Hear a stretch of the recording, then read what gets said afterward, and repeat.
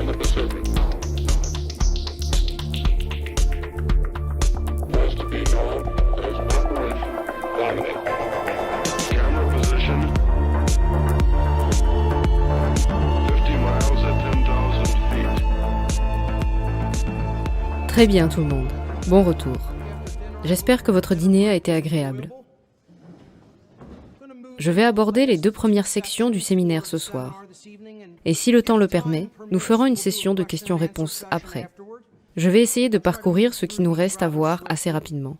Il ne nous reste plus beaucoup de choses à voir. Comme je vous le disais, 2 sections. Je vais décomposer certains des symboles occultes obscurs, des insignes de mission de lancement du National Reconnaissance Office, ou NRO. Et je pense qu'après vous avoir montré ces écussons, vous conviendrez qu'il y a des forces à l'œuvre dans le gouvernement et dans ces bureaux de renseignement qui ont très certainement une religion bizarre et un sens bizarre du symbolisme qu'ils trouvent attrayant, disons. Encore une fois, le NRO est le bureau gouvernemental de défense qui a le moins d'employés travaillant pour lui officiellement. Et le plus gros budget du renseignement lui est alloué. Commençons par examiner certains de leurs symboles et leurs insignes de mission. Voici donc l'un de leurs insignes, qui contient essentiellement, bien sûr, l'œil universel. Ce que vous allez voir ici, ce sont des images récurrentes de ces symboles flottants au-dessus de la Terre.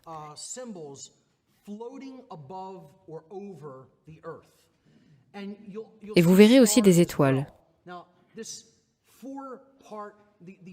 Ici, vous avez 4 étoiles. Le 4 revient souvent. Et vous verrez également une configuration avec 6 étoiles ou 5, plus une. Certaines personnes ont suggéré que cela représentait différentes zones, à partir desquelles les satellites ont été conçus et peut-être lancés. Par exemple, il y a une partie dans la zone 51 appelée zone 4, ou S4. Donc, ces 4 étoiles ici pourraient avoir un lien. Et je ne dis pas que j'en suis certain. Ou alors vous verrez certains patchs avec 5 étoiles groupées, et puis une en décalage, dont les gens pensent que cela peut signifier zone 51.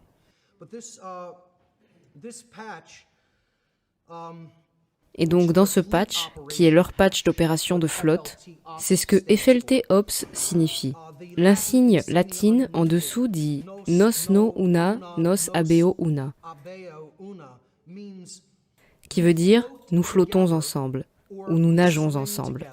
Mais vous voyez, dans cette connotation, cela signifie plutôt nous nageons ensemble dans le ciel ou dans l'espace, et nous partons ensemble. Donc nos no una signifie que nous flottons, ou nageons ensemble en latin.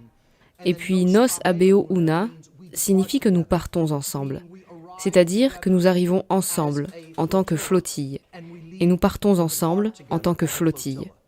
Donc, mon point de vue sur ce sujet, vous vous souvenez peut-être, combien de personnes ont vu ces soi-disant flottes d'OVNI? Nous ne savons pas ce que sont ces choses, mais si vous avez déjà vu les vidéos, elles flottent clairement ensemble.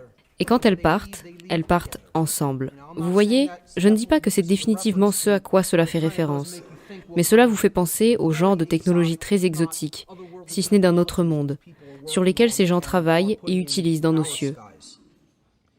Celui-ci est l'un des patchs occultes et sataniques les plus sombres que j'ai jamais vus, d'après le symbolisme et les insignes latins qu'il contient. Et vous voyez encore les 4 étoiles. Vous les verrez encore et encore. Et il est assez probable qu'elles représentent ce fameux S4. Si je devais faire ma meilleure hypothèse, je dirais que c'est ce que ces 4 étoiles représentent, bien que je puisse me tromper à ce sujet. Donc, vous voyez l'œil universel dans la pyramide. Et ensuite, la désignation du patch NRO, la désignation de la mission. Donc nous avons vu ce que l'œil universel représente. Il représente Dieu, la divinité, la lumière du Créateur. Et bien sûr, la pyramide, la pierre, représente l'obstruction de cette lumière. Donc, ce qui rend cela satanique, c'est le fait que la fusée qui transporte la charge ou le satellite de la mission s'apprête à voler au-dessus de l'œil universel dans sa trajectoire. En soi, l'image seule ne paraît pas si sinistre. Mais ce qui la rend sinistre, c'est le terme latin supra-sumus. Je sais que c'est un peu difficile à voir sur l'écran. J'espère que les gens peuvent le voir. C'est S-U-P-R-A-S-U-M-M-U-S. Suprasumus. En latin, cela signifie, tenez-vous bien, ce qui est plus élevé que le Très-Haut. Ok. Plus haut que le Très-Haut. En d'autres termes, nous sommes plus haut que Dieu. Parce que nous plaçons les satellites sur une orbite si haute qu'ils voient tout ce qui se passe sur la Terre. Vous voyez, nous nous considérons comme l'œil universel. Nous sommes plus haut que Dieu. Pour moi, ils ne peuvent pas faire plus blasphématoire ou flagrant que ça. Mais vous verrez jusqu'où ils iront. En voici un autre, le lancement de leur mission, qui portait le numéro 32, XXXII en chiffres romains.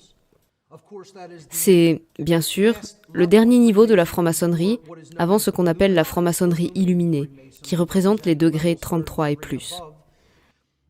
L'étape entre les degrés 32 et 33 dans la franc-maçonnerie représente la différence entre l'eau gelée et l'eau courante, la glace ou l'eau liquide. Vous savez que la chaleur du soleil ou la lumière fait fondre l'eau à 33 degrés Fahrenheit et la transforme de glace en eau liquide. Ce que je voulais souligner ici, c'est le symbolisme flagrant de l'œil reptilien ou de l'œil d'oiseau, qui n'est certainement pas un œil humain dans cette iconographie. On voit quelque chose qui a des écailles au-dessus, vers le côté droit, c'est certain. Vous savez, les gens disent parfois que l'œil universel au dos du billet de 1 $ est reptilien. Ça vient plutôt du type de motif du système de gravure avec lequel il a été taillé ou gravé à l'origine.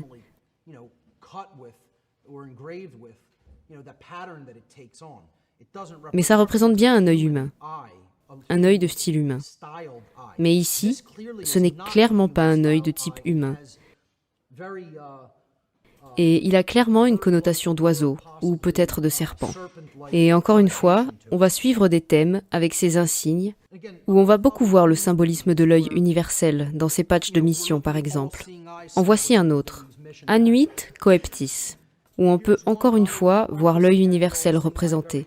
Et encore une fois, vous avez le chiffre 4, à l'intérieur du triangle en bas.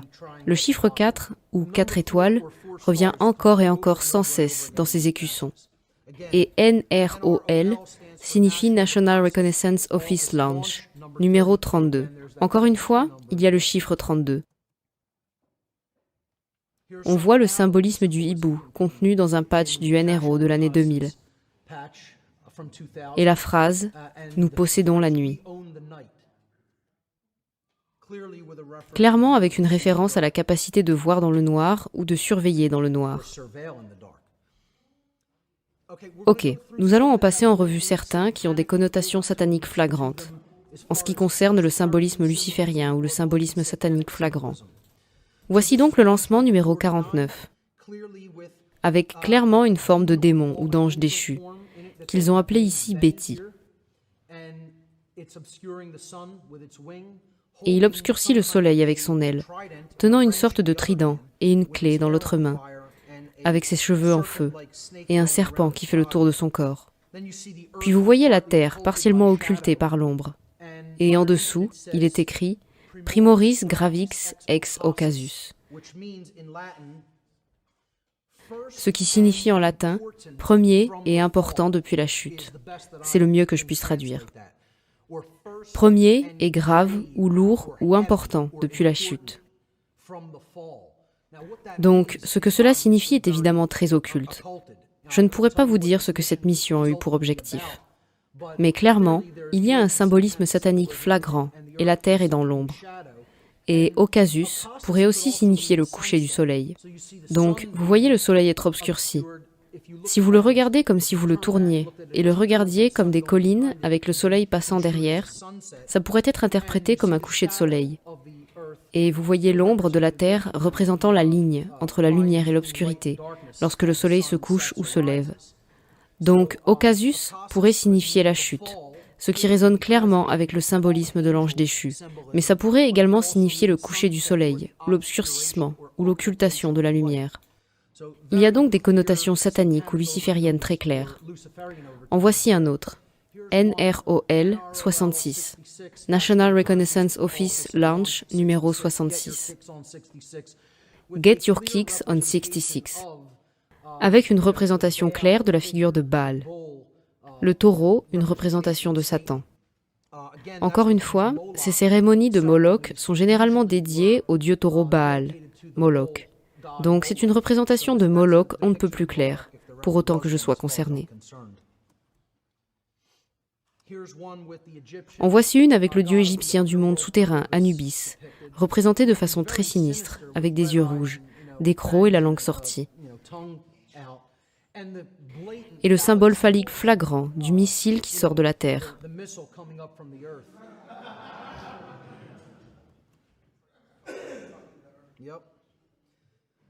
Voici un autre symbole satanique flagrant, Pan, qui est l'acronyme ostensiblement dépeint pour Palladium at Night, le palladium dans la nuit. Pan est une autre figure démoniaque dans certaines mythologies païennes. En voici un autre représentant le phénix. Et ces flammes, vous voyez, clairement, des connotations sataniques ou diaboliques avec la phrase « Melior diabolus quem sies », qui signifie « Mieux vaut le diable que vous connaissez ». En d'autres termes, vous préférez que ce soit nous qui fassions ça, plutôt que le diable que vous ne connaissez pas. Nous avons vos intérêts à l'esprit, vous feriez mieux de nous faire confiance. Mieux vaut le diable que vous connaissez, vous voyez, avec le drapeau américain derrière le phénix. En voici une qui fait clairement référence aux occultistes obscurs, qui ne veulent pas qu'on se mêle de leurs affaires. C'est un avertissement ou une menace flagrante. Et celui-ci est un projet spécial de la NRO. On voit un dragon sortant des nuages et lançant des éclairs. Vous verrez fréquemment cette image de dragon, dont les éclairs sont dirigés vers la terre. Et l'insigne latin dit en haut « Procul este profani », ce qui veut dire « à bas les profanes ». Les profanes ne sont pas les bienvenus ici. En d'autres termes, à bas les profanes. Ils disent aux gens que si vous n'êtes pas dans le cercle intérieur, si vous n'êtes pas dans le cercle ésotérique, si vous n'êtes pas avec nous, avec les initiés, les sorciers, qui font ce type de travail scientifique caché, alors vous faites partie des profanes, et vos yeux ne sont pas les bienvenus ici. S'il y a des personnes qui veulent examiner les liens entre la NASA et l'occulte, ou entre les différentes agences spatiales aux États-Unis en général dans l'occulte, c'est un puits sans fond. Je veux dire, vous pourriez étudier cela pendant toute une vie en soi. Le nombre de sorciers obscurs qui sont employés dans différentes agences spatiales, et ils vous disent clairement qui ils sont, et vous informent que vous n'êtes pas le bienvenu. En voici d'autres. Cette section est plutôt consacrée au dragon. Le dragon est un symbole de pouvoir, d'autorité, de connaissance cachée surtout. Et dans celle-ci, le dragon tient la planète entière, l'entoure, comme s'il s'agissait de son enfant ou qu'il s'apprêtait à la manger. Mais il est dit « omnis vestri substructio es servus ab nobis ». Et c'est une phrase latine très cassée. Ce n'est pas vraiment structuré correctement en latin, délibérément. Je vais vous dire ce que cela signifie dans un instant. Je veux juste souligner qu'il y a cette configuration de 5 et 1 étoile dont j'ai parlé, que certaines personnes ont suggéré comme représentant la zone 5-1 ou 51. Encore une fois, le 1er jour de mai est une grande fête occulte et satanique, connue sous le nom de Walpurgisnacht, la nuit de Walpurgis. Walpurgisnacht ou Beltane, qui signifie fournaise ardente. C'est le début ou le milieu de la saison printanière, où des sacrifices, sous forme de sang, étaient traditionnellement offerts au soleil et à la terre, afin d'assurer une croissance printanière abondante, pour qu'il y ait une récolte abondante à la saison de la moisson. Donc, omnis vestris substructio, es servus ab nobis, signifie que toute votre base nous appartient. Certains savent déjà peut-être ce que ça signifie. Il y a une raison pour laquelle c'est écrit dans cette grammaire très impropre. C'est une référence à un mème Internet qui circulait au début des années 2000, je crois. D'où un fabricant de jeux vidéo japonais avait sorti ce jeu vidéo, avec toutes sortes d'erreurs grammaticales en anglais, sans même avoir fait correctement vérifier la grammaire. Et ils ont sorti ce jeu avec un anglais qui était affreusement mauvais. Et l'une des phrases que disait le commandant d'une mission dans le jeu, le commandant qui était un personnage maléfique, une des phrases qu'il disait aux gentils protagonistes était « All your bases are belong to us », ce qui signifie que nous allons prendre toutes vos bases maintenant. Mais la traduction n'était pas bonne dans le jeu vidéo. Ils ont donc joué sur ce thème en disant « Toutes vos bases nous appartiennent », car il s'agit probablement d'une mission de reconnaissance consistant à envoyer des satellites qui visent à voir dans des bunkers ou des bases souterraines. Ils disent en gros que vous n'avez nulle part où vous cacher. Voici un autre dragon qui tient la Terre. C'est un thème répété, comme vous le voyez. Il tient un diamant dans sa queue. Et bien sûr, c'est un dragon américain. Il a le drapeau américain sur ses ailes. Vous voyez ?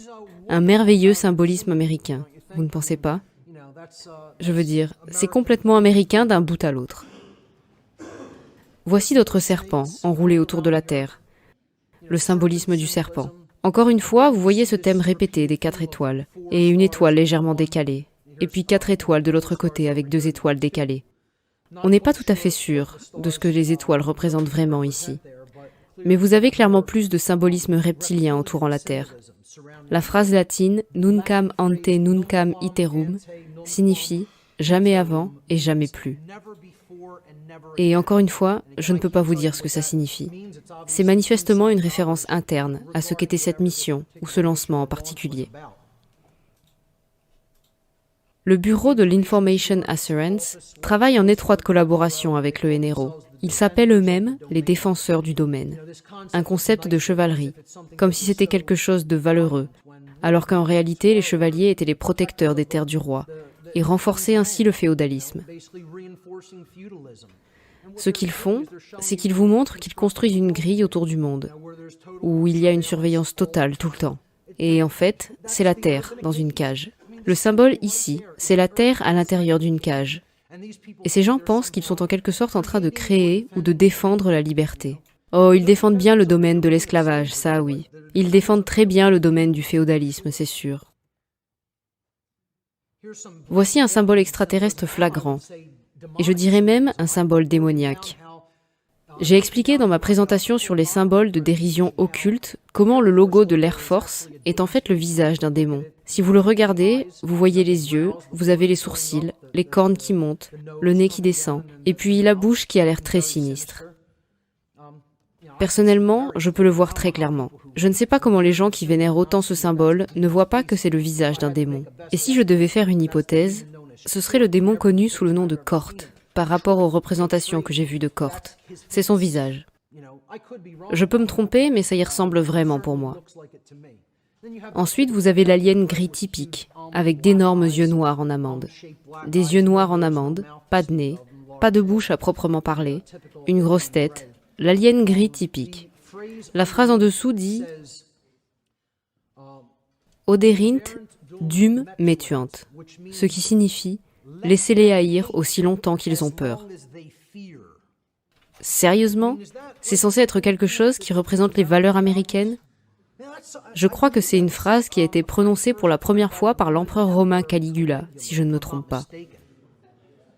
Donc c'est une déclaration de Caligula, « Oderint dum metuant », et qui voulait dire qu'ils puissent me haïr tant qu'ils ont peur de moi.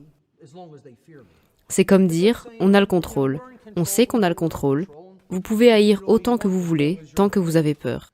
C'est une attitude agressive flagrante, non? C'est en plein dans la face. Et quelle est la référence? Quel est le lien direct avec ces aliens gris? C'est ce que je veux savoir. Je veux dire, pourquoi ce patch d'une mission des États-Unis a un visage d'alien gris? Les gens ne pensent pas qu'il y a quelque chose de bizarre. Ils jouent juste à des jeux où ils s'amusent, vous voyez. Ils mettent des choses auxquelles ils ne croient pas vraiment sur leur patch, c'est tout. Ouais, bien sûr. Voici un autre alien gris, en train de manger un bombardier B-2. Je dis manger parce que je sais ce que l'expression en dessous signifie. C'est un test de vol secret, classifié, qui porte le numéro 509. Je ne sais pas ce que sont ces symboles de trident en arrière-plan. Et il y a quelque chose qui ressemble à un symbole masculin sur le bombardier B2, mais il n'y a pas de flèche. Ce n'est pas un symbole féminin. C'est comme un O, avec une petite sorte de protubérance qui en sort.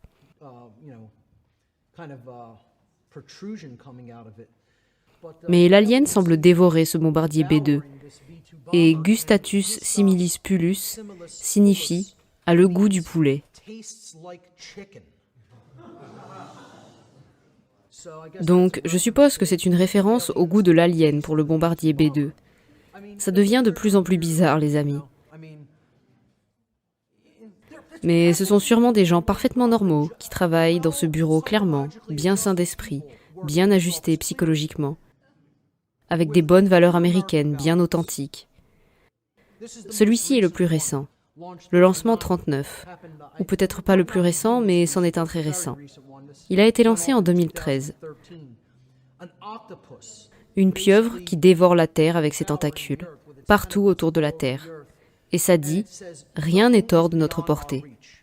Je ne sais pas jusqu'à quel point on peut être plus flagrant. C'est presque du Cthulhu, dans son ampleur. Ça rappelle les monstres, du style Lovecraftien, vous voyez, ce monstre tenant la Terre dans sa poigne.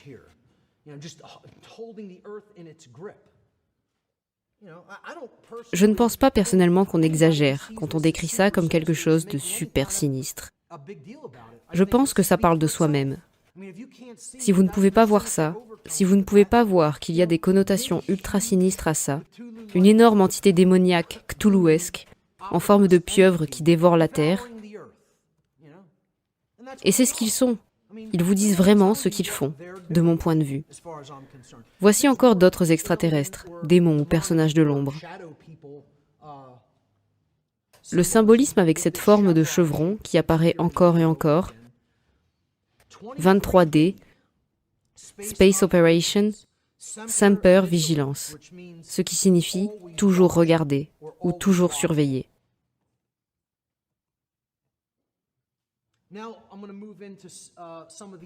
Maintenant, je vais passer à certains de ces pages de mission qui traitent incontestablement d'imagerie occulte, d'imagerie de sorciers. Certaines subdivisions des employés au sein du NRO se réfèrent en fait eux-mêmes à des sorciers, d'après ce que j'ai entendu, par des gens qui ont un peu plus étudié certains aspects des systèmes de contrôle de l'espace.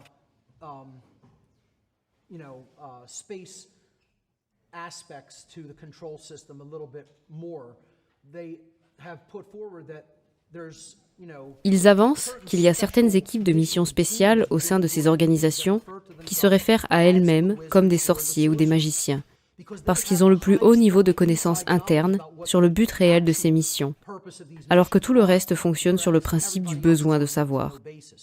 Ils sont donc le cercle intérieur du cercle intérieur, on pourrait dire.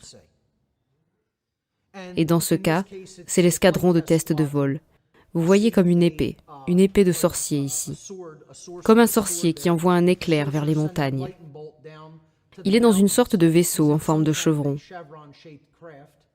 Il tient cette chose en forme de haut avec la petite protubérance qui en sort. Vous voyez? Je ne peux pas vous dire ce que c'est. Je ne sais pas. Et vous voyez, il jette une sorte de sort. Et là, vous voyez cette configuration d'étoiles, une fois de plus. Le 5 et le 1 répétés à nouveau. Et au passage, si quelqu'un voit quelque chose que je ne vois pas, vous êtes le bienvenu pour m'envoyer un email d'interprétation ou juste me contacter après en me disant ce que vous avez pensé ou ce que vous avez vu. Si j'ai manqué quelque chose ou si je n'ai pas abordé quelque chose, ça peut arriver. Donc s'il vous plaît, faites-le porter à mon attention. Voici donc d'autres symboles de sorciers. Cette section entière traitera de sorciers et de magiciens. Ils n'ont rien à voir avec l'occultisme, ces gens. Ne vous inquiétez pas, les amis. C'est complètement innocent. Ces gens ne sont pas des occultistes. Ils n'ont rien à voir avec l'occultisme. Ils ne sont pas impliqués dans ces affaires, de quelque façon que ce soit. Donc, vous voyez, il tient encore une fois une sorte de sceptre. Régnant sur la Terre, à nouveau, il y a cet éclair. Vous voyez le vaisseau qui envoie une sorte de satellite en orbite, avec une étoile seule au-dessus du chapeau de magicien. Je ne sais pas ce que les lettres CW représentent. Mais la traduction latine de Arcana Imperii est connaissance secrète impériale, ou connaissance secrète de l'Empire, parce que nous avons un empire. pas vrai? C'est un empire. Ça n'a jamais eu l'intention de devenir une république. On est un empire. Et on détient le savoir secret de l'empire. C'est ce qu'ils vous disent. Ce sont des sorciers qui détiennent le savoir secret sur comment toutes ces sciences secrètes fonctionnent vraiment. Voici d'autres symboles de sorciers, des sorciers électriques. Je suppose qu'on peut appeler ça comme ça. Encore et encore, des éclairs pointant vers la Terre. Mon impression, c'est qu'il s'agit entièrement de technologies scalaires et de possibilités de créer des systèmes d'énergie à volonté. Une application pervertie des brevets de Tesla. Des technologies et des sciences de très haut niveau sur lesquelles il travaillait pour le bien de l'humanité. Et puis ces sombres sorciers psychopathes malades ont pris tout cela et l'ont utilisé à des fins destructrices et de contrôle, comme ils le font toujours. C'est tout ce qu'ils savent faire, prendre le travail de quelqu'un d'autre et le pervertir. Alors en voici un autre. Vous voyez, le même schéma, une fois de plus. On voit le sceptre tirant des éclairs sur la terre, avec l'orbe dans son autre main. Voilà encore une iconographie de sorciers flagrante, de sombres sorciers. Je ne suis pas sûre de ce qu'ils veulent dire, ou de ce qu'est cet objet qui transperce cette boule. Ça pourrait être un symbole de vortex, pour ce que j'en sais. Votre supposition est probablement aussi bonne que la mienne. Ouais, ils évaluent le futur, bien sûr. Ils évaluent le futur pour une prise de contrôle totale et une mise en esclavage. Et parfois, ils sont pleinement obscurs.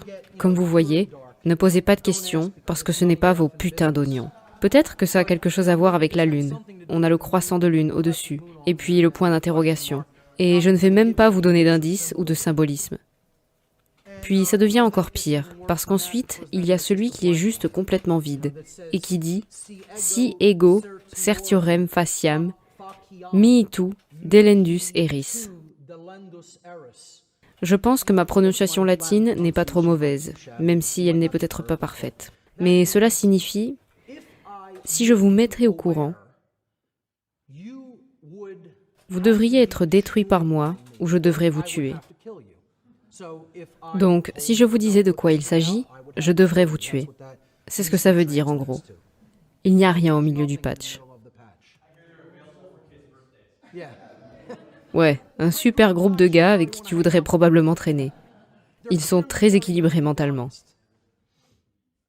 Alors écoutez, dans cette section, tout ce que j'ai à dire, c'est que si quelqu'un regarde la symbolique occulte de ces patchs et ne comprend pas qu'au plus haut niveau des organes d'intelligence du gouvernement de ce pays, vous avez des gens qui sont impliqués dans une religion perverse, je ne sais pas quoi vous dire. Je veux dire, c'est eux-mêmes qui vous le disent. Je n'ai pas besoin de dire un mot. Ils vous le disent juste là. C'est la dernière section pour aujourd'hui. Et si le temps le permet, je répondrai à quelques questions à la fin. Donc, l'arcane majeur du tarot. Le moi et l'univers révélé à travers le symbole. Je vais présenter cette section d'une manière très simple. Mais je vais aussi essayer de conclure en liant ensemble quelques traditions occultes différentes dans cette section, à savoir le tarot et la kabbale. Ainsi, j'espère aider les gens à comprendre comment les traditions occultes ne peuvent pas vraiment être étudiées isolément. Elles doivent être étudiées les unes par rapport aux autres. C'est d'une importance capitale lorsqu'il s'agit de savoir comment ces traditions s'entrecroisent, comment leur symbolisme les lie les unes aux autres. Je pense que si vous comprenez vraiment comment je vais exposer cela, d'ailleurs certaines personnes m'auront vu le faire dans mon podcast, mais je vais le faire d'une manière un peu plus intelligible ici pour cette présentation.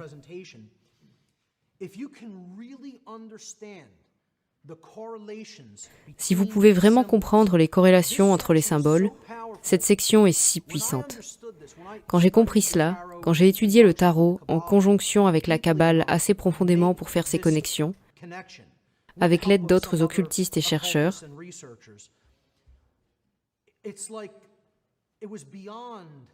c'est comme si c'était plus qu'une épiphanie.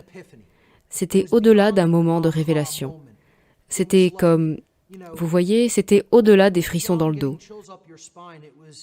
C'était comme si le sommet de ma tête avait complètement explosé. Épiphanie, c'est un euphémisme, car vous réalisez à quel point les personnes qui ont créé ces systèmes étaient si puissamment en phase avec cette connaissance. Ces systèmes symboliques qui sont destinés à enseigner sans parole, juste à travers le symbole et l'allégorie. Les gens qui les ont inventés étaient plus que brillants. J'espère que je peux amener les gens à voir ça, et que ça suscitera votre propre étude personnelle de ces traditions. Nous avons donc décomposé d'une façon rudimentaire l'arbre de vie kabbalistique un peu plus tôt. Rappelez-vous, il représente différents aspects de la conscience humaine. Tout le but de la Kabbale était d'enseigner une leçon de morale. C'était d'enseigner comment nous pouvions nous mettre en harmonie avec la conscience supérieure et en harmonie avec la loi naturelle. Et pour faire cela, nous devons développer le désir de sortir de la conscience de base, Malkut, comme on l'appelle, le royaume.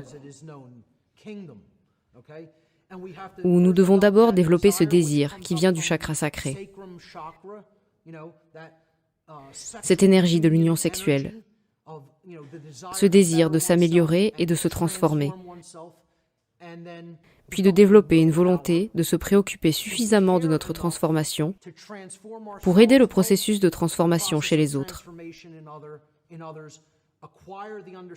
Acquérir la compréhension des principes de la loi naturelle et ensuite les mettre en pratique dans notre vie, par nos actions. Lorsque nous faisons cela, c'est à ce moment-là que nous sommes vraiment en communion avec la conscience divine ou avec la conscience de l'unité. Le niveau supérieur de l'arbre de vie, Keter.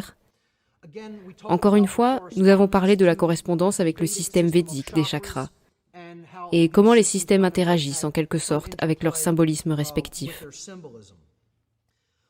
Ce que je veux faire ici aujourd'hui, c'est vous montrer comment le tarot doit être étudié en conjonction avec l'arbre de vie kabbalistique. Ils sont inséparables. Ils vont ensemble et ne peuvent être étudiés isolément l'un de l'autre si l'on veut vraiment les comprendre. Alors, combien de sphères y a-t-il sur l'arbre de vie ? 10. 10 séphirotes majeures, n'est-ce pas ? La sphère appelée Da'at n'est pas considérée comme une séphira. Elle était considérée dans la tradition kabbalistique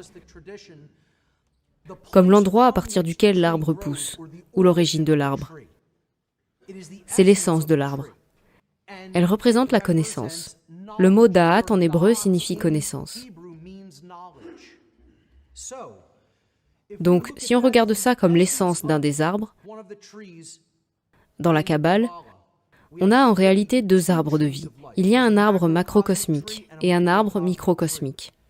On parle de ces deux arbres dans le symbolisme biblique, dans le livre de l'Apocalypse.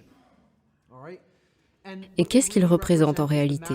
L'arbre microcosmique représente les qualités du soi, et l'arbre macrocosmique, les qualités de la nature et de l'univers.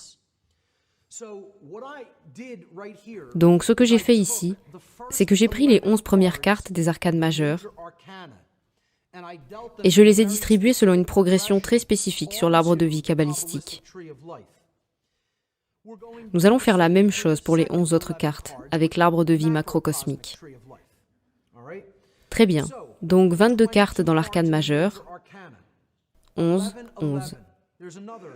Voilà un autre nombre très spirituel, très significatif et synchro-mystique. Le nombre 11, 11.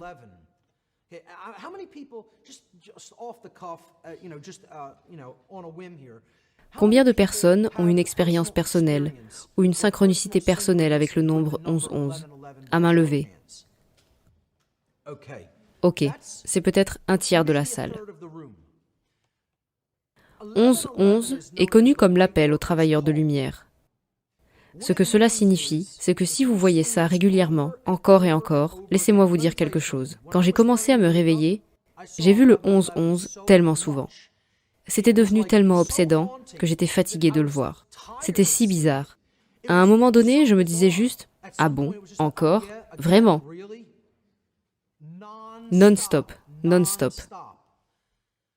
Ce que je pense, c'est que si vous recevez ça, c'est que vous avez déjà atteint un certain niveau de développement et que vous devez aller un peu de l'avant. Et vous avez besoin de communiquer les informations que vous connaissez déjà. Vous faites partie des gens... Je ne veux même pas utiliser le mot choisi ou élu. Ce n'est pas le bon mot. Vous avez une aptitude pour le don de l'enseignement sous une forme ou une autre. Et donc, ce nombre répétitif entre dans votre tête, devant vos yeux, et il vous dit de commencer à faire le travail. Du moins, c'est ce que ça a été pour moi. C'est l'expérience que j'ai eue avec ce nombre. Et il y a un consensus général dans l'analyse de ce phénomène qui circule. L'analyse de cette expérience, si vous préférez, du 11-11. La raison pour laquelle j'en parle est que 11-11 est symboliquement encodé dans cette décomposition que je propose. Nous utilisons 11 cartes. La première moitié de l'arcane majeur dans l'arbre du microcosme et ensuite les 11 autres cartes dans l'arbre macrocosmique. La façon dont je les ai distribuées est simplement dans l'ordre dont nous avons parlé, celui des sphères, du système de numérotation des séphirotes. En haut, là où vous avez Keter, c'est le numéro 1. Puis vous vous déplacez vers le côté droit, c'est le 2. Puis vers le côté gauche, c'est le 3. Puis vous descendez d'un cran, c'est le 4. Et puis de l'autre côté, c'est le 5. Puis au centre, le Tiferet, la carte verte, là, c'est le 6. Puis vers le niveau jaune, à droite, c'est le 7. Le niveau jaune à gauche, c'est le 8. La carte orange du milieu, elle est représentée par l'ermite, c'est le 9. Et enfin le 10, à la roue de la fortune. Ok? Donc voilà. Souvenez-vous de l'éclair kabbalistique, l'arbre frappé du coup de tonnerre. Voilà ce schéma qui va de 1 à 10. Et à la position du Da'at, j'ai mis la carte du Ma. Le fou est donc dans la position du Da'at. Quel est le premier ensemble de connaissances dans l'occulte? C'est la connaissance de soi, la connaissance de la psyché humaine et son fonctionnement. C'est la position du Da'at, la connaissance de soi. C'est la carte du soi, mais correctement comprise. En réalité, ce n'est pas vraiment la carte du fou, c'est la carte de l'âme. C'est même en fait une variante phonétique et écrite du mot anglais pour âme. Et c'est comme ça que c'est devenu le fou. Si vous regardez bien l'histoire de cette carte, ce n'était pas la carte du fou à l'origine, c'était la carte de l'âme. Puis, par le biais de variantes phonétiques et de translittérations parfois inexactes, elle est devenue au fil du temps la carte du fou. Et ça a été repris comme ça dans l'imagerie, vous voyez? Cet être qui marche sur la tête, incarné sans beaucoup de connaissances et sans bagage pour l'accompagner. Faisant un acte de foi en arrivant dans ce monde pour essayer de faire changer les choses. C'est certainement l'affaire d'un fou, n'est-ce pas? Mais il ne faut pas se laisser dissuader de faire ce travail. C'est aussi un acte de foi et un acte de volonté, d'aller dans ce royaume, d'y survivre et de créer un changement. Parce qu'il n'est pas seulement dans un état de naïveté, il est aussi dans un état de confiance, avec une lumière dans son dos. Vous voyez, la lumière protège son dos. Le soleil, c'est la véritable carte solaire, la carte zéro, la non-chose. C'est l'essence pure de l'esprit, ou l'étincelle du divin. Un symbolisme étonnant contenu dans cette seule carte. Je pourrais donner une conférence entière juste sur cette carte. Bref, on la met donc dans la position du Da'at, parce que cet arbre nous présente la connaissance de soi en tant que partie microcosmique de la connaissance globale de l'occulte. On va donc progresser à travers les 10 cartes, mais dans le sens décroissant, à partir de 10 jusqu'à la première. C'est ce qu'on pourrait appeler le voyage du fou. Le voyage du fou depuis l'obscurité et l'ignorance, au bas de l'arbre, dans le Malkut, dans l'identification et la représentation du monde terrestre, jusqu'à la position de la maîtrise de soi, le battleur ou le magicien, au niveau de la couronne, la position de Keter sur l'arbre de vie. Nous voilà donc partis pour le voyage de l'âme, le voyage du soi, le voyage du fou. Voilà où se trouve le fou, sur la position du Da'at. Nous allons donc commencer à Malkut. Descendons à Malkut, le bas de l'arbre de vie, au niveau de la roue de la fortune, carte numéro 10. La roue de la fortune représente la pure identification de la Terre. Elle représente le fait de ne pas vraiment avoir de connaissances. C'est pour ça que vous êtes sur la roue. C'est la roue du karma. Quand nous sommes dans l'ignorance, nous sommes sujets. Nous ne sommes pas dans un état de maîtrise de soi. Nous sommes sujets. Nous sommes gouvernés par les forces. Nous sommes gouvernés par les instincts de base, les passions de base. Donc, le fait de rester à ce niveau d'identification terrestre, d'identification basique et d'instinct basique, où on se nourrit des instincts, nous maintient sur la roue du karma. Nous n'allons pas grandir, apprendre et progresser. Ce qui nous fait sortir de cette identification terrestre, c'est le désir. Et je ne parle pas seulement du désir comme vouloir des choses d'une manière égoïste. Je parle du désir de quelque chose de plus grand, le désir d'une amélioration qu'on ressent en soi, le désir de la connaissance de soi, le désir de se connaître soi-même, et ensuite de connaître le domaine dans lequel nous opérons, le monde naturel et ses lois. Donc, lorsque nous prenons cette décision, pour développer ce désir de vérité, de lumière, de connaissance, c'est là que l'ermite intervient. La carte de l'ermite représente le désir de connaissance. Il n'est pas dans un état de connaissance. Ce n'est pas l'être purifié en habit blanc. Il porte une toge grise. Il est humble. Il sait qu'il ne sait pas. Il sait combien il a encore à apprendre. Et il allume la lampe pour partir à la recherche de la connaissance, de la compréhension et de la sagesse. La couleur que j'ai utilisée pour mener toute cette présentation aujourd'hui est censée favoriser l'appétit des gens et aider à susciter en eux le désir d'une plus grande connaissance. Le désir d'une plus grande connaissance de l'occulte, de ce qu'il contient vraiment, et comment cela peut vraiment aider à se transformer. C'est donc ce que nous devons aspirer à devenir en tant qu'espèce.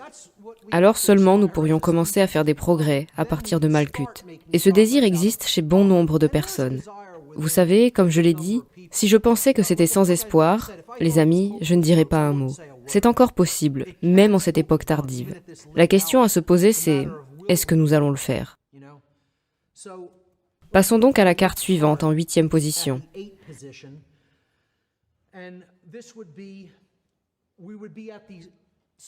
Nous sommes au niveau du chakra du plexus solaire sur l'arbre de vie. Encore une fois, c'est un chakra dualiste. C'est un niveau dualiste de l'arbre de vie. Il y a sur le pilier féminin, qui est représenté sur le côté gauche de l'arbre kabbalistique, les qualités internes du soi, et sur le côté droit, les qualités extériorisées.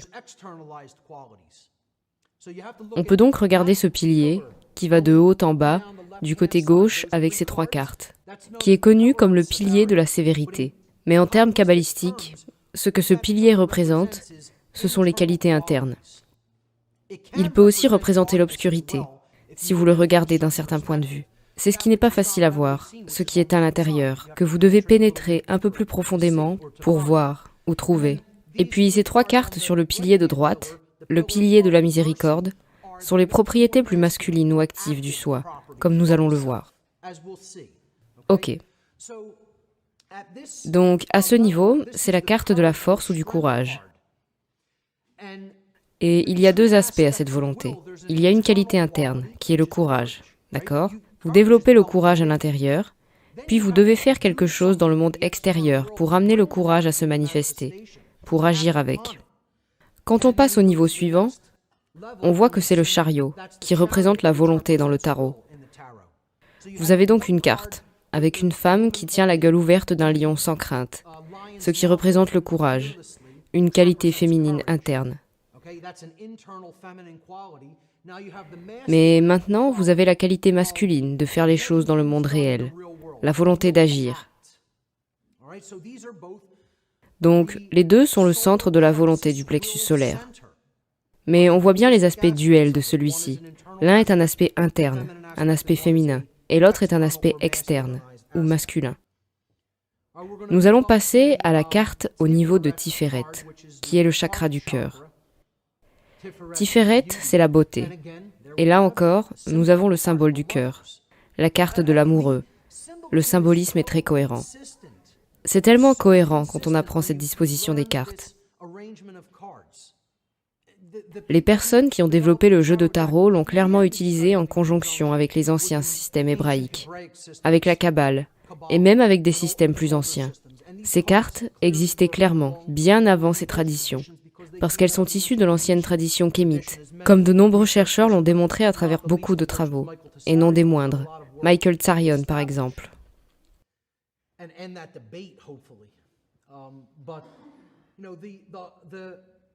Le principe générateur est dépeint ici, l'union mâle et femelle. Il ne s'agit pas seulement d'union sexuelle. Nous parlons d'unifier les aspects masculins et féminins du soi, de sorte que nous développons un véritable sens de l'attention, le principe générateur. Et encore une fois, c'est la carte de l'amoureux qui est représentée en plein milieu de l'arbre de vie. Cette position, les différentes positions de Tiferet sur l'arbre, sont connectées à chaque carte sur l'arbre.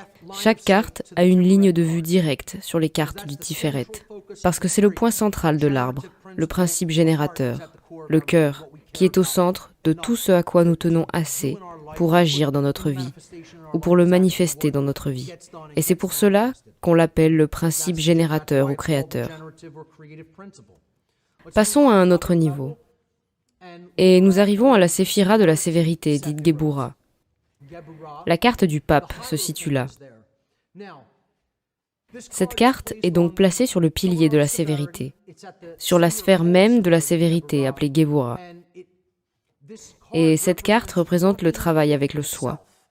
En fait, se motiver à changer. Et c'est pour ça qu'on l'appelle sévérité. C'est comme les parties de vous-même que vous devez vous efforcer à mettre en forme. Les parties de vous-même avec lesquelles vous ne pouvez pas être gentil. Parce que si vous voulez changer, et ce sont des qualités que vous devriez vouloir changer, ce sont les aspects sombres en nous sur lesquels nous devons travailler. C'est ce que cette carte représente, l'introspection et le travail sur soi. C'est pourquoi il s'agit du pape. Ça représente la religion interne, prendre les rênes de ces aspects sombres du soi. C'est une carte qui représente le contrôle de soi. Vous savez, la religion est un des systèmes de contrôle. Mais la vraie religion peut être une force motivante. Si nous guidons nos actions vers la vérité, si la religion est bien liée à la vérité. Il s'agit donc de contrôle de soi. Il s'agit de maîtriser les aspects du soi qui ont besoin d'être maîtrisés.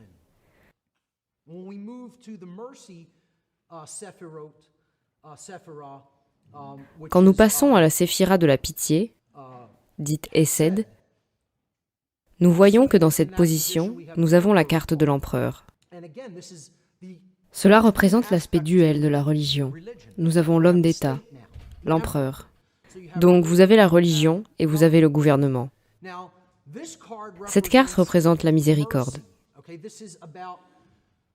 Il s'agit de savoir comment vous allez influencer les gens autour de vous. De l'autre côté, côté gauche, nous sommes sur le chakra du niveau de la gorge. Donc ça concerne la voix, n'est-ce pas? Quel genre de voix?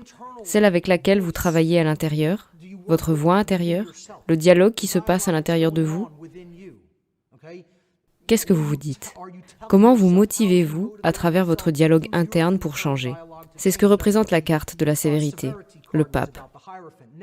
Ici, nous sommes à la carte de la pitié, de la miséricorde. Nous tournons le soi vers l'extérieur. C'est le côté masculin de l'arbre de vie, où l'on se demande comment influencer les autres dans le monde une fois qu'on a atteint un certain niveau de connaissance, de compréhension et d'attention. Comment travailler avec d'autres personnes pour les aider à manifester le changement dans leur propre vie. C'est pourquoi l'empereur est le symbole de l'État, car c'est la chose qui influence, entre guillemets, le contrôle sur les autres. Ce qui ne veut pas dire que vous devez essayer de contrôler tout le monde, mais c'est le symbole de l'influence externe, disons-le ainsi, alors que le hiérophante, ou le pape, est le symbole de l'influence interne sur soi-même. J'espère que c'est clair et que cela a du sens pour les gens. Nous arrivons maintenant au chakra suivant, le chakra du troisième œil, qui représente la véritable intelligence. Nous avons donc encore un aspect féminin et un aspect masculin, respectivement des deux côtés de l'arbre. L'impératrice est au sommet, du côté féminin de l'arbre de vie microcosmique, ou de l'arbre de vie de l'âme.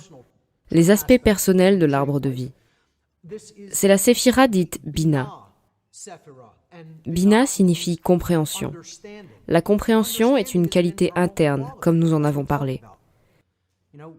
C'est ce qui se passe à l'intérieur de vous, quand vous absorbez la connaissance et que vous la traitez à travers des processus mentaux, pour arriver à un niveau de compréhension interne. C'est donc l'aspect féminin de la compréhension, qui est un processus interne. Et vous pouvez également considérer cela comme une qualité du cerveau droit ou du féminin sacré. La carte de la papesse représente, bien sûr, la déesse. Dans ce cas précis, la déesse Isis, qui est une figure féminine sur la carte. Cette carte représente le sommet du pilier masculin sur l'arbre de vie, en tant que mise en pratique de cette qualité. La déesse représente la sagesse, et vous la voyez ici entre les deux piliers similaires à la franc-maçonnerie, Boaz et Yakin. Et bien sûr, ce sont des corollaires aux piliers de la sévérité et de la miséricorde de l'arbre kabbalistique également. Donc, encore une fois, la franc-maçonnerie, le tarot, la kabbale doivent tous être étudiés, en conjonction les uns avec les autres. Ce ne sont pas des sciences séparées. Ce sont vraiment de nombreux chemins qui mènent à la même destination. Ce sont des façons différentes d'expliquer les correspondances et la connaissance, mais vous arrivez au même résultat final. Donc, la carte de la papesse est en fait la sagesse. Cette carte représente la sagesse. La sagesse n'est pas une qualité interne. La sagesse, comme nous l'avons dit, c'est ce que nous faisons avec ce que nous savons. C'est un processus actif. C'est le fait d'agir sur la base de ce que vous avez compris. Pour en arriver là, si on regarde la trajectoire de l'éclair, à partir du niveau bleu ici, l'éclair va en diagonale de gauche à droite, en passant par la connaissance de soi. C'est la connaissance au milieu, la carte blanche, la carte du fou sur la position du Da'at. Donc vous avez la connaissance, et à l'échelon supérieur, vous avez la compréhension et la sagesse, qui forment le processus du trivium, la connaissance, la compréhension et la sagesse, Da'at, Bina, Okma. La connaissance, la compréhension et la sagesse sont en fait contenus dans le triangle supérieur de l'arbre de vie, avant d'arriver à la couronne, qui est la maîtrise de soi, qui est la souveraineté sous le Créateur, le vrai gouvernement de soi. Ok ? Donc, encore une fois, cette carte de la papesse est cette iconographie du féminin sacré sur la carte, où elle tient dans ses mains la loi, Torah en hébreu, juste entre les deux piliers comme un point d'équilibre. Elle représente la sagesse en fin de compte, qui est une qualité masculine qui induit l'action. Ce que nous faisons avec ce que nous savons, quand nous mettons en pratique ce que nous savons, la connaissance que nous avons apprise en nous-mêmes, que nous arrivons à comprendre, et qu'à partir de ce moment-là, nous pouvons faire preuve de sagesse dans nos vies et dans le monde. C'est à ce moment-là que nous nous dirigeons vers le plus haut niveau de conscience, de maîtrise de soi, de souveraineté, de véritable respect de soi, de véritable amour de soi, en étant activement impliqués dans le monde, comme le mage ou le battleur ici. Le magicien, ou battleur, est celui qui se tient entre les royaumes, qui se tient entre les mondes. Il a la tête dans le cosmos, mais les pieds sur terre. Il est un point d'ancrage. Il est un pont. Il relie la lumière du Créateur vers le monde. C'est pourquoi il a le sceptre du pouvoir connecté au royaume supérieur, mais il pointe l'autre main vers la terre. Il a maîtrisé toutes les forces de la nature. Le bâton, l'épée, la coupe et les pentacles. La terre, l'air, l'eau et le feu. Les 4 éléments à nouveau. Donc cette carte représente la maîtrise de soi. En étant partie de l'ignorance totale et de l'identification terrestre basée sur Malkuth, puis en passant par toutes ces autres caractéristiques du soi dans ce voyage personnel sur l'arbre microcosmique, jusqu'au niveau le plus élevé dit Keter, ou le chakra de la couronne, qui représente la maîtrise totale de soi. L'allégorie est parfaite.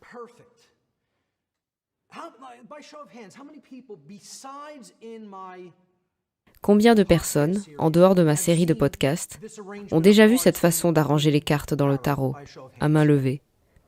Une personne. Quelqu'un d'autre? 2 personnes. Ok, 3 personnes dans la pièce.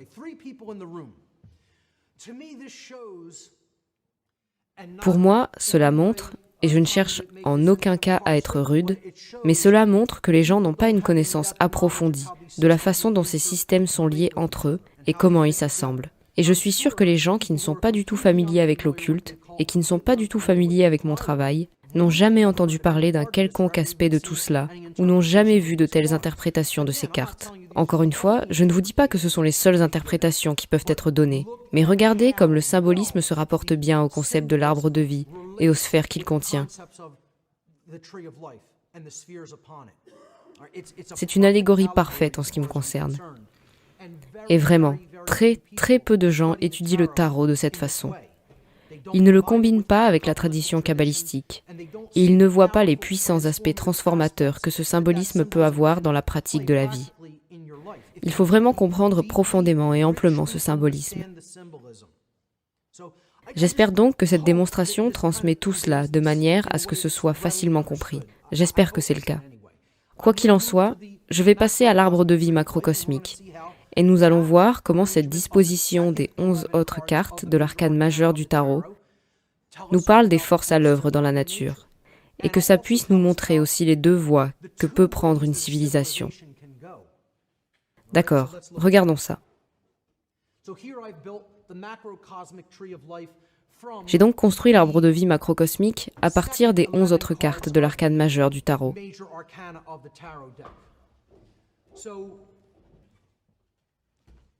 Donc je commence par la carte numéro 11, qui est la carte de la justice, la carte la plus importante de tout le jeu de tarot, en ce qui me concerne, la carte numéro 11. Nous allons voir pourquoi. Puis je me déplace de la même façon, selon le schéma de l'éclair dans tout l'arbre, jusqu'à la carte numéro 20. Donc en fait, tout ce qu'on a fait ici, c'est ajouter 10. On a commencé par la première carte et on est passé à 10. Maintenant, chaque carte suit sa numérotation à partir de 10. Vous aurez donc 11, 12, 13, 14, 15, 16, 17, 18, 19 et 20. La carte numéro 21 est la dernière carte du tarot, puisque ça commence à 0 et ça va jusqu'à la carte 21. Ce n'est pas de 1 à 22, c'est de 0 à 21, ce qui est un nombre très sacré. Il représente le triple 7. C'est le nombre qui représente l'homme entrant en union avec le divin, entrant dans une conscience divine. Ce n'est pas être Dieu ou devenir Dieu, mais entrer dans un niveau de conscience qui incarne le divin et incarne l'essence spirituelle ou la nature spirituelle, tout en étant encore dans la chair, tout en étant encore incarné dans le domaine physique. Donc, dans la position du Da'at, quel peut être le deuxième grand domaine de connaissance dans l'occulte? Le domaine des lois macrocosmiques, les lois qui régissent l'univers, à la fois dans le domaine visible, donc les lois physiques, les sciences physiques, et dans le domaine de l'invisible, donc les lois spirituelles, ou en d'autres termes, la loi naturelle. Donc dans la position du Da'at, nous avons maintenant la carte du monde, appelée également dans certains jeux de cartes l'univers. Nous avions la carte de l'âme, en position de Da'at sur l'arbre microcosmique. Et maintenant, nous avons l'univers, ou le monde, dans la position du Da'at. La position de la connaissance dans l'arbre macrocosmique, parfaitement cohérent. J'espère que les gens comprennent bien. Je ne cherche pas à établir de mauvaises correspondances ou à faire des raccourcis. C'est tellement cohérent quand vous le présentez de cette façon. C'est facilement visible. Ce n'est pas quelque chose que je cherche à obtenir en faisant un grand écart. Ça doit être facilement visible par quiconque sait faire des correspondances simples. Donc, sur cette carte, nous avons les forces de la nature, le lion, l'homme, le taureau et l'aigle, 4 points cardinaux du zodiaque, les 4 directions cardinales. Vous avez les auteurs de l'Évangile, qui ont été représentés comme les forces de la nature, la terre, l'air, l'eau et le feu. Vous pouvez continuer encore et encore avec ces représentations. Encore une fois, vous avez ce symbole de pureté et d'innocence au milieu de l'image, tenant les 2 sceptres, très similaire à la façon dont nous sommes passés d'un état d'ignorance vers un état de connaissance de soi. Il y avait cette carte de pureté et d'innocence au milieu sur la position du Da'at, représentée par la carte du fou, dans l'arbre microcosmique. Et il y a dans cette position la carte du monde, sur l'arbre macrocosmique, qui n'est pas sur l'une des positions des séphirotes, mais à la position Da'at, ou celle de la connaissance. Commençons donc le voyage de la compréhension des forces de la nature, les forces qui travaillent dans la nature. Donc, dans la position du Malkut, la position du royaume, le niveau le plus bas de la conscience identifiée, vous avez la carte appelée le jugement, représentée par l'ange de la révélation, soufflant dans la trompette. Un appel au réveil. C'est un appel claironnant au réveil. Nous sommes appelés à sortir de notre sommeil. Nous sommes appelés à sortir de la terre et de l'identification terrestre de base, de l'identification de l'ego vers un niveau plus élevé de compréhension. Certaines personnes répondront à cet appel, d'autres non. Certains seront ressuscités, d'autres resteront morts. Donc s'ils ressuscitent effectivement par leur désir de lumière, leur désir de connaissance, leur désir de vérité, alors ils sortiront de ces tombes. Sinon, ils resteront dans le royaume du jugement. Malkuth. Souvenez-vous, vous pouvez être l'ermite et sortir de ce royaume représenté par la roue de la fortune. Le hasard apparent, la vie en damier de l'homme, le sol en damier dans la franc-maçonnerie. Vous pourriez remonter dans l'arbre microcosmique jusqu'à l'ermite grâce à ce désir, le désir personnel de connaissance. Ou vous pouvez rester dans le Malkuth, qui représente, comme vous avez vu, la roue de la fortune. Eh bien, c'est la même chose à l'échelle macrocosmique. L'univers, la roue de la création, qui nous appelle, qui appelle toutes les espèces à un niveau plus élevé de progression évolutionnaire hors de ce royaume de base. Et nous pouvons répondre à cet appel, ou pas. Ceux qui sont doués de capacités d'intelligence holistique ont la possibilité de choisir s'ils sortent de cet état d'identification de l'ego ou non. C'est le libre arbitre. Je dirais que cette carte représente le libre arbitre en soi. Je dirais que c'est la carte du libre arbitre du jeu du tarot. Parce qu'elle nous donne le choix de recevoir ou non la vérité. C'est une carte sur la réception.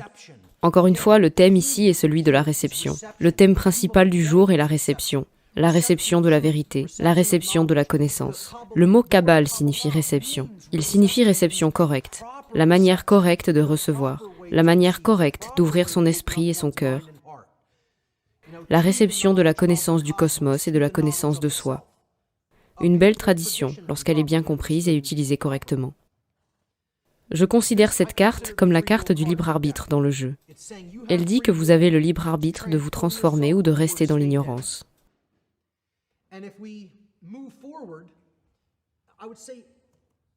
Et si nous avançons pour passer au niveau suivant, une des cartes les plus importantes du jeu est encore une fois une carte orange. Un autre thème tout au long de la journée est cette couleur orange représentant le désir, représentant le choix. C'est une carte qui, selon moi, représente le choix. La carte représente la lumière, la connaissance, la vérité, la carte du soleil. Encore une fois, nous avons vu tout cela dans la section sur le symbolisme. Cette carte est la carte de la vérité. Quelle est cette lumière qui nous appelle depuis cette position du Malkuth où les anges soufflaient dans la trompette? C'est la lumière, c'est le soleil, c'est la vérité. C'est la carte de la vérité dans le tarot. Mais elle représente aussi un choix, car les chemins divergent à partir de ce point.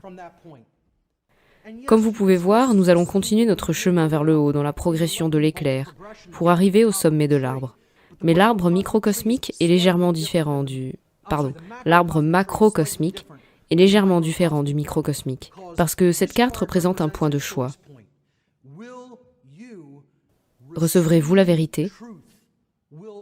Est-ce qu'une civilisation entière recevra la vérité ou pas? C'est ce que cette carte représente. Une étape où un choix doit être fait. C'est la carte de la vérité. Et c'est le choix de recevoir ou non la vérité. Maintenant, rappelez-vous, il y a le chemin de la sévérité à gauche et le chemin de la miséricorde à droite. Dans cette disposition particulière, j'ai le sentiment qu'il y a une connotation négative sur le chemin de gauche et une connotation positive sur le chemin de droite, comme nous le verrons lorsque je décomposerai davantage. Le chemin de gauche, à partir de ce point, représente le rejet de la vérité. Le chemin sur le côté droit, vers le haut de l'arbre, représente l'acceptation de la vérité. D'accord? Le pilier du milieu représente le choix qui est à faire pour recevoir ou ne pas recevoir la vérité. Et puis la carte du milieu, comme nous allons le voir, à la position de Tiferet, a pour signification le changement de caractère. En fin de compte, ce sera la carte du changement. Bien. Donc, si nous décidons de ne pas recevoir la vérité, de rejeter la vérité, nous allons vers cette position.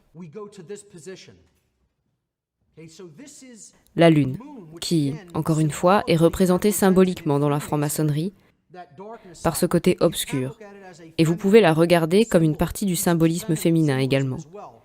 Mais dans cette connotation, elle signifie l'obscurité de la nuit. Ces créatures ici, dans l'interprétation traditionnelle de cette carte, signifient l'ignorance. On a traditionnellement interprété ça comme l'ignorance dans l'analyse de la symbologie de la carte de la Lune. Et je suggère que c'est ce qu'elle signifie ici dans cette position. Elle signifie que nous avons choisi de ne pas recevoir la vérité. À l'inverse, sur le côté actif de l'arbre, le pilier de la miséricorde, la carte de l'étoile représente toutes les autres lumières des cieux, qui sont des soleils. Et en tant que telle, c'est la carte de l'alchimie. Elle signifie que nous avons décidé d'accepter la vérité dans notre vie et de l'intégrer. Lorsque nous remontons et passons au niveau suivant, nous sommes maintenant au niveau du chakra du cœur. Si vous regardez bien, il faut savoir que ce niveau jaune représente la volonté. Nous prenons une décision liée à la volonté qu'on ressent dans nos tripes, d'accepter ou non la vérité. Donc, cette carte d'ignorance est une position choisie, intentionnelle. Prendre cette position est un choix délibéré. Lorsque les gens rejettent la vérité, c'est un acte délibéré. Et quand on accepte la vérité, c'est un acte délibéré. Donc, ça correspond totalement au chakra du plexus solaire, le centre de la volonté. Mais maintenant, si nous nous déplaçons à nouveau vers le chakra du cœur, qui est un chakra d'unité, n'est-ce pas? Le cœur, le principe générateur, cela nous conduit finalement au changement. Le principe générateur est ce qui crée les changements dans nos vies et dans toute la société. C'est donc la carte du changement. Et cette carte elle-même n'est ni négative ni positive. Elle représente simplement le changement. Souvent un changement soudain, parce qu'une fois que la vérité est acceptée ou rejetée, un changement soudain s'ensuit. Aussi, je pense qu'il y a un moment de choix important que cela représente symboliquement, vraiment. Je pense que le 11 septembre a été l'un des moments les plus déterminants de notre époque. Et le rejet de cette vérité a, je pense, mis l'humanité entière sur le chemin de gauche. Nous nous devons d'avoir suffisamment de sollicitude pour amener l'humanité à ce moment de choix d'acceptation de la vérité. Et peut-être que nous pourrons passer de l'autre côté, jusqu'au milieu et au sommet, au bout du compte. Et ce symbolisme du 11 septembre est en fait très évident sur cette représentation. La tour frappée par le tonnerre, le changement soudain qui peut être bon ou mauvais.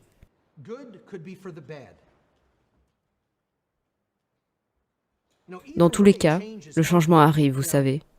L'univers a horreur du vide et a horreur de la stagnation. Le changement arrive toujours. Maintenant, nous passons au niveau suivant, le chakra de la gorge. À nouveau du côté de la sévérité ici, qui suit le rejet de la vérité. Quand vous allez vers le haut de ce pilier gauche, l'esclavage auto-imposé, aidé par des forces obscures. Voilà où en est l'humanité. C'est là où nous en sommes maintenant, à cause de la quantité de vérité que nous avons rejetée. Et je le fais toujours remarquer, comme d'autres chercheurs qui ont étudié en profondeur le symbolisme de ces cartes. Les chaînes sont auto-imposées. Elles sont lâches autour de leur corps. Il pourrait les enlever à tout moment. Il ne les retient pas avec des chaînes serrées. Ces chaînes pourraient être facilement glissées par-dessus la tête. Ils veulent rester dans leurs chaînes parce qu'ils veulent rester dans leur ignorance. La vérité leur a été présentée. Elle est là et ils l'ont rejetée. Et donc ils sont gouvernés. Ils sont possédés. Donc voilà pour la carte du diable. Inversement, l'autre côté de l'arbre représente ce qui pourrait arriver si nous faisions l'autre choix, si nous acceptions la vérité de la création sous sa forme lumineuse et solaire. Nous réussirions à monter le pilier de droite, ce pilier de la miséricorde, avec, en son centre, la carte de la miséricorde, la carte de la tempérance. Vous voyez? Et donc, à partir de là, nous sommes sur la route de la souveraineté, la route de la couronne. Vous comprenez? Tout circule de manière fluide, l'être devient éclairé. C'est la carte de la liberté du tarot, alors que la carte du diable est celle de l'esclavage. Nous avons donc l'appel à l'éveil et au libre arbitre en bas. Nous avons la vérité, la carte du soleil. Nous avons le rejet de la vérité, la carte de la lune. Nous avons l'acceptation de la vérité, cette carte de l'étoile. Nous avons le changement soudain, la carte de la tour ou la maison Dieu. Nous avons la carte de l'esclavage, la carte du diable, et maintenant nous avons la carte qui représente la liberté. Une fois que nous avons accepté la vérité, nous pouvons avoir cet état de liberté de conscience. Nous passons par-delà la carte de la connaissance, qui est à la position du Da'at, le monde, la connaissance de la loi naturelle, la connaissance de l'univers, et nous arrivons à l'expression finale du pilier de la sévérité, la mort, l'extinction, la stagnation, l'entropie. C'est ce qui résulte, en fin de compte, la mise en échec du processus d'évolution. C'est ce qui se passe lorsque nous empruntons le chemin de gauche, du rejet de la vérité et de l'esclavage, ce qui conduit finalement à la mort, à l'extinction et au chaos indifférencié au bout du compte. C'est la carte de l'entropie du jeu de tarot. C'est la force que cette carte représente finalement, la carte de la mort. Et vous voyez, il fauche et détruit toutes les institutions. Personne n'est en sécurité. Tout le monde va disparaître. C'est la carte du cataclysme. Comme nous l'avons dit dans la section sur la théosophie finalement. La nature abhorre le fait que nous rejetions continuellement la vérité et que nous nous polluons nous-mêmes et le monde. Et finalement, la mort vient et nettoie tout. C'est comme un processus de désherbage qui peut arriver et qui arrivera si nous ne changeons pas. Donc, c'est la carte de l'entropie. Maintenant, passons du côté opposé, le côté actif de l'arbre de vie. Et ceci est la carte de la syntropie, ou négantropie. Le pendu n'est pas une carte négative. C'est probablement l'un des symboles les plus puissants et positifs du jeu. C'est l'homme éclairé qui exerce la véritable volonté. Je l'appellerai la carte de la vraie volonté. C'est l'initié, c'est avoir accepté la vérité, être allé de l'avant et avoir travaillé pour produire la liberté. Et donc, c'est la véritable évolution de la conscience. C'est ce que cette force représente, le principe ordonnateur, l'évolution de la conscience au sommet du pilier de la miséricorde. C'est la carte de l'évolution. C'est ce que j'appellerais la carte de la syntropie, la force qui contrecarre la force de l'entropie et du chaos. C'est la carte de l'ordre dans le jeu. Des allégories si puissantes se cachent dans tout ce symbolisme. Je veux dire, les gens qui ont mis ces systèmes ensemble, tout ce que je fais ici est de fournir une interprétation. Imaginez le niveau de conscience des gens qui ont construit ces systèmes de symbolisme, d'allégorie et d'interconnexion. On est sur un tout autre niveau. Et puis nous arrivons à la plus haute force de la création, la force qui gouverne tout, la loi naturelle, la justice, le roi sur son trône, qui ne peut jamais être détrôné.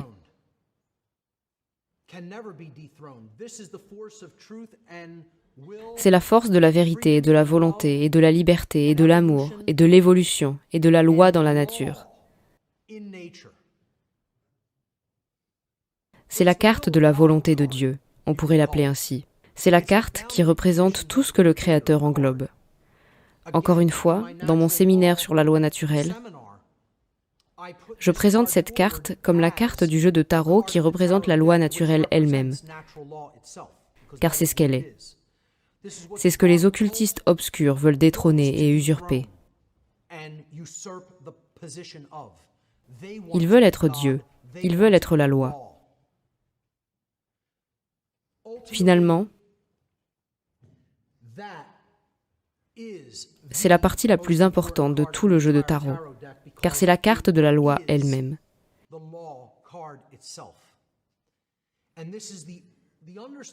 Et c'est la compréhension de la loi naturelle qui est finalement la seule chose qui peut ressusciter notre espèce et nous mettre sur un nouveau chemin. C'est ce que les occultistes obscurs ne veulent pas que nous comprenions. C'est pourquoi j'ai toujours fait référence à la connaissance de la loi naturelle comme étant la connaissance la plus occulte sur Terre. Et je terminerai cette présentation de la même manière que je l'ai terminée l'année dernière dans le Connecticut, en disant que la loi est reine et qu'elle ne pourra jamais être détrônée de la place qu'elle occupe sur la couronne au plus haut niveau de la création.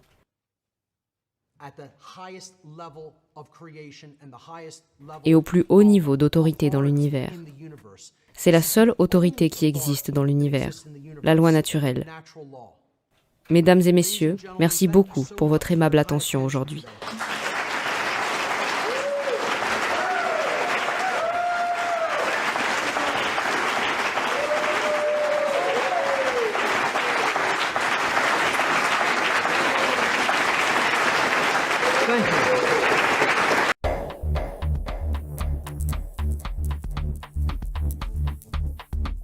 November 1961.